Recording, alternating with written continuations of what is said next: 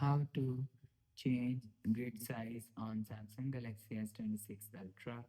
Let's start the video. First of all, go to App Library. Here, click on Settings app. Now in Setting, scroll down and click on Home Screen. After click on Home Screen, scroll down and click on Grid Size. You will see App Screen Grid Size is here. Click on Home Screen Grid Size.